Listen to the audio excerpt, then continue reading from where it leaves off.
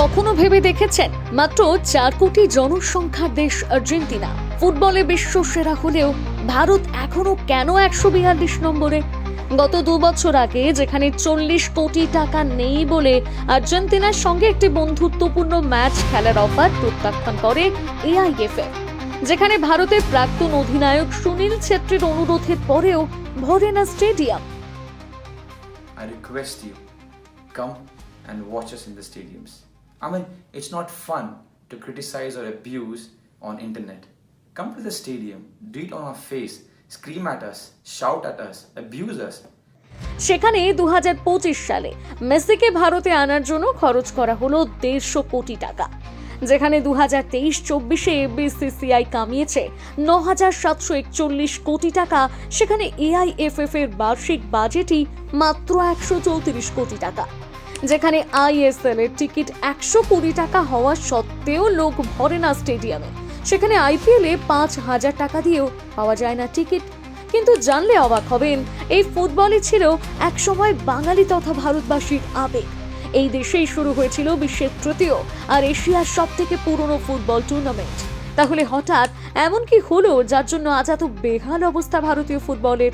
কেন বিশ্ব সেরা ফুটবলের তালিকায় একেবারে পেছনে ভারত? কোন রাজনৈতিক নেতাদের কারণে এতটা পিছিয়ে পড়ল ভারতীয় ফুটবল?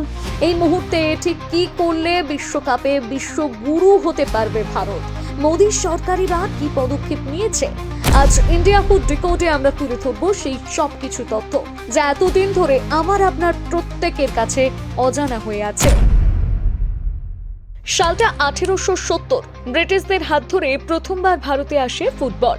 আর 1872 সালে তৈরি হয় প্রথম ফুটবল ক্লাব ক্যালকাটা এফসি। ধীরে ধীরে ফুটবলের ক্যাপিটাল হয়ে উঠেছিল কলকাতা। সেই সময় ফুটবল খেলতো মূলত ইংরেজরাই, তবে এর পরিবর্তন ঘটান একজন বাঙালি, নগেন্দ্র প্রসাদ সর্বাধিকারী। তিনি ভারতীয়দের মধ্যে ফুটবলকে জনপ্রিয় করে তোলেন, আর তার নেতৃত্বে 1877 সালে কেবল ভারতীয়দের জন্য তৈরি হয় দ্য বয়েজ ক্লাব। দেবের গোলন্দাজ সিনেমাটি তার উপর ভিত্তি করেই তৈরি। এরপর ধীরে ধীরে Presidency, Calcutta Medical, St Xavier's থেকে তৈরি হয় একাধিক ফুটবল ক্লাব। এরপর সালটা 1888, ভারতের তৎকালীন বিদেশ সচিব মর্টিমার ডুরাল্ড একটি টুর্নামেন্ট শুরু করেন। নাম হয় ডুরাল্ড কাপ, যা এশিয়ার সবচেয়ে পুরনো এবং বিশ্বের তৃতীয় প্রাচীন ফুটবল টুর্নামেন্ট। এরপর সালটা 1889, তৈরি হয় ঐতিহাসিক ক্লাব মোহনবাগান। আর 1893 সালে তৈরি হয় আইএফএ অর্থাৎ ইন্ডিয়ান ফুটবল অ্যাসোসিয়েশন। তবে এর মূল উদ্দেশ্য ছিল কলকাতা ফুটবলকে পরিচালনা করা। আর এরপর ধীরে ধীরে সারা দেশে ফুটবল ছড়িয়ে পড়তে থাকে। এরপর সালটা 1911, ইতিহাস তৈরি করে মোহনবাগান। প্রথম ভারতীয় দল হিসেবে জয় করে আইএফএ শিল্ড। ওই সময় এই ম্যাচ দেখতে এসেছিল প্রায় 80,000 দর্শক। এর আগে পর্যন্ত এই টুর্নামেন্ট শুধুমাত্র ব্রিটিশরাই জিতত। এরপর সালটা 1937, সারা ভারতের ফুটবল পরিচালনার জন্য তৈরি হয় এআইএফএফ অর্থাৎ অল ইন্ডিয়া ফুটবল ফেডারেশন। তবে এত কিছু হওয়া সত্ত্বেও ভারতীয় ফুটবলের কোনো উন্নতি হচ্ছিল না, কারণ ফুটবলের সাথে প্রায় একই সময় শুরু হওয়া হকি এই সময় পর্যন্ত অলিম্পিকে একাধিক গোল্ড মেডেল জিতে নিলেও ভারতের ফুটবল দল তখনও পর্যন্ত অলিম্পিক খেলতেই পারেনি। এরপর সালটা 1940, ডুরান্ড কাপ জিতে ইতিহাস তৈরি করে মোহামেডান। কারণ ব্রিটিশ শাসিত ভারতের এই দলের সমস্ত খেলোয়াড়ই ছিল ভারতীয়। এরপর সালটা 1941, এআইএফএফ শুরু করে সন্তোষ ট্রফি, যা সেই সময় লিগ ফরম্যাটে খেলা হতো। আর 1996 সাল পর্যন্ত এটিকে ভারতের উচ্চতম ঘরোয়া সম্মান হিসেবে বিবেচনা করা হতো। এরপর সালটা 1948, প্রথমবার স্বাধীন ভারত অংশ নেয় অলিম্পিকে। খুব ভালো পারফরমেন্স করলেও একটি নকআউট গেমে ফ্রান্সের কাছে 2-1 গোলে হেরে যায় ভারত। এরপর সালটা 1950, ফিফা ওয়ার্ল্ড কাপের তরফ থেকে আমন্ত্রণ জানানো হয় ভারতকে, কিন্তু ভারত এই প্রস্তাব নাকচ করে দেয়। কারণ হিসেবে জানানো হয় এক দল বাছাই হয়নি আর 2 অনুশীলনের সময় নেই। কিন্তু জানা যায় এর পেছনে ছিল অন্য কারণ। তবে কারণ যাই হোক, এই প্রস্তাব নাকচ করার ফল ভুগতে হয় আগামী 36 বছর ধরে। কারণ 1954 সালে ফিফা ব্যান লাগিয়ে দেয় ভারতের ওপর, যার ফলে ফিফা আর এআইএফএফ এর মধ্যে শুরু হয় ঠান্ডা যুদ্ধ। আর এআইএফএফ সিদ্ধান্ত নেয় কোনো বিশ্বকাপ না খেলার। এরপর 1986 সালে ভারত যখন ফের সিদ্ধান্ত নেয় বিশ্বকাপে যাওয়ার, ততদিনে ছোট ছোট দলগুলো ভারতের থেকে উন্নত হয়ে উঠেছিল, যার ফলে ভারতের কাছে আজও বিশ্বকাপ খেলা একটা স্বপ্ন হয়ে রয়ে গিয়েছে। ভারতীয় ফুটবলের ইতিহাসে 1950 থেকে 1960-এর দশক ছিল খুবই উজ্জ্বল, কারণ তখন ভারতের কোচ ছিলেন সৈয়দ আব্দুল রহিম, ভারতের সর্বকালের সেরা কোচ। তার নেতৃত্বে 1951 আর 1962 সালে ভারত এশিয়ান গেমসে সোনা জেতে। 1956 সালের অলিম্পিক্সে ভারত প্রথম এশিয়ান দল হিসেবে সেমিফাইনালে পৌঁছয়। এই সময়ে ভারতের ফুটবল এতটাই ভালো ছিল যে আমাদের ব্রাজিল অফ এশিয়া বলা হতো। অজয় দেবগানের ময়দান সিনেমাটি তার উপর ভিত্তি করেই তৈরি। এরপর 1963 সালে রহিমের মৃত্যু হয়। ধীরে ধীরে ভারতীয় ফুটবলের পতন হতে শুরু করে। অবসর নেয় দলের একাধিক মূল খেলোয়াড়। তবে এর পরেও বিভিন্ন সময়ে ভারতে একাধিক ভালো খেলোয়াড় এলেও দলের উন্নতি হয়নি সেইভাবে।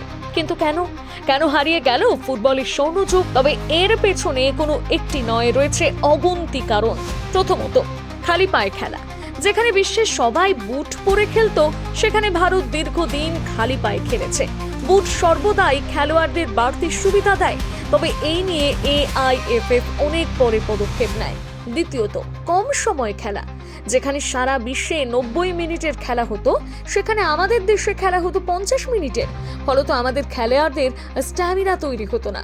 এই নিয়মে অনেক পরে পরিবর্তন করে AIFF। তৃতীয়ত, কোচিং সমস্যা। রহিমের পর ভারতে আর ভালো কোনো কোচ তৈরি হয়নি, কারণ কোচ তৈরির কোনো কাঠামোই ছিল না। তুলনায় ইরান, যারা আমাদের সাথেই স্বাধীনতা হয়েছে, তাদের কাছে আজ 139 জন প্রো লাইসেন্স প্রাপ্ত কোচ আছে, আর ভারতে মাত্র 14 জন। চতুর্থত, ক্লাব বনাম দেশের দ্বন্দ্ব। ভালো খেলোয়াড়দের জন্য মোহনবাগান, ইস্ট বেঙ্গল ভালো বেতন আর সম্মান দিত, সেখানে AIFF দিত নামমাত্র পারিশ্রমিক। ফলে খেলোয়াড়রা ক্লাব বেছে নিত, আর যারা ক্লাবের সাথে দেশের হয়ে খেলতো তারা হয় ম্যাচ স্কিপ করতো, না হলে ধীরে সুস্থে খেলতো যাতে চোট না লাগে। 1982 সালে এশিয়ান গেমসের আগে AIFF ক্যাম্প করলে খেলোয়াড়রা জানিয়ে দেয় ক্যাম্পে গেলে ক্লাবের টাকা যাবে। শেষমেশ AIFF বাধ্য হয়ে মাসে 2000 টাকা দিতে রাজি হয়। পঞ্চমত, গা ছাড়া মনোভাব। যেমনটা আগেই বললাম, 1954 থেকে 1982 সাল পর্যন্ত 7টি বিশ্বকাপে ভারত একবারও টিম পাঠায়নি কোয়ালিফাই করার জন্য। কিন্তু সেটা যদি আগে পাঠাতো তাহলে কিছুটা হলেও এগিয়ে থাকতো ভারত।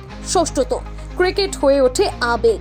1983 সালে ভারত জিতে নেয় ক্রিকেট বিশ্বকাপ, আর এই জয় ভারতীয়দের রক্তের সাথে মিশিয়ে দেয় ক্রিকেটকে। সপ্তমত, ফান্ডিং সমস্যা। ভারত বড় কোনো ম্যাচ খেলে না, ফলে ব্রডকাস্টিং রাইট থেকেও টাকা আয় করতে পারে না। পাশাপাশি রয়েছে একাধিক ফান্ডিং সমস্যা। রিপোর্ট অনুযায়ী 2023-24-এ BCCI যেখানে আয় করেছে 4500 কোটি টাকারও বেশি, সেখানে AIFF এর লোকসান 26 কোটি টাকা। অষ্টমত, লিগ ব্যবস্থায় দেরি।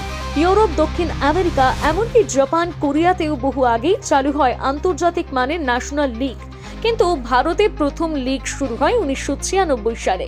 এর আগে স্টেট ফুটবল লিগ হলে তাও হতো মাত্র 7টি রাজ্যে, ফলত রাজ্যের মধ্যে সীমিত ছিল খেলোয়াড়রা। এরপর 2007 সালে ন্যাশনাল লিগ পাল্টে শুরু হয় আই লিগ, কিন্তু সবই আন্তর্জাতিক লিগ ব্যবস্থার শর্ত পূরণে ব্যর্থ ছিল। নবমত, বিদেশে ফুটবলের জনপ্রিয়তা। ঠিক 2001 সালে ESPN ভারতে আনে ইংলিশ প্রিমিয়ার লিগের জোয়ার।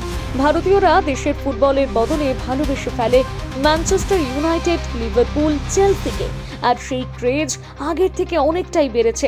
রিপোর্ট বলছে বর্তমানে ম্যান ইউয়ের 38% ফ্যান ভারতীয়। দশমত, মূল স্তরে ব্যর্থতা। স্কুল স্তরে কোনো খেলা হতো না। যুবকদের জন্য যে সুব্রত কাপ হতো, সেখানেও চলতো জালিয়াতি, বয়সের ফাঁকি, আর সুযোগ পেলেও দেওয়া হতো না কাঠামো। পুরুষ হোক বা মহিলা, ক্রিকেটে যেমন অনূর্ধ্ব-19, অনূর্ধ্ব-14 দেখানো হয়, ফুটবলে ছোটদের সেরকম কোনো লিগ ছিল না। জানলে অবাক হবেন, আমাদের জাতীয় অনূর্ধ্ব-19 ফুটবল দলে 2015 সালে কোনো কোচই ছিল না। সালটা 2010। ভারতীয় ফুটবলের উন্নতির জন্য AIFF IMG রিলায়েন্সের সাথে 700 কোটি টাকার একটি চুক্তি করে। লক্ষ্য ছিল IPL এর মতন একটি নতুন পেশাদার লিগ চালু করা, মূল স্তর থেকে জাতীয় দল পর্যন্ত উন্নয়ন করা, বিদেশি এক্সপার্ট এনে ভারতীয় ফুটবলকে ঢেলে সাজানো। এর ফলে 2013 সালে শুরু হয় ISL অর্থাৎ ইন্ডিয়ান সুপার লিগ। এর আগে যেখানে আই লিগে স্টেডিয়াম থাকতো ফাঁকা, সেখানে আইএসএল এ ভরতে থাকে স্টেডিয়াম।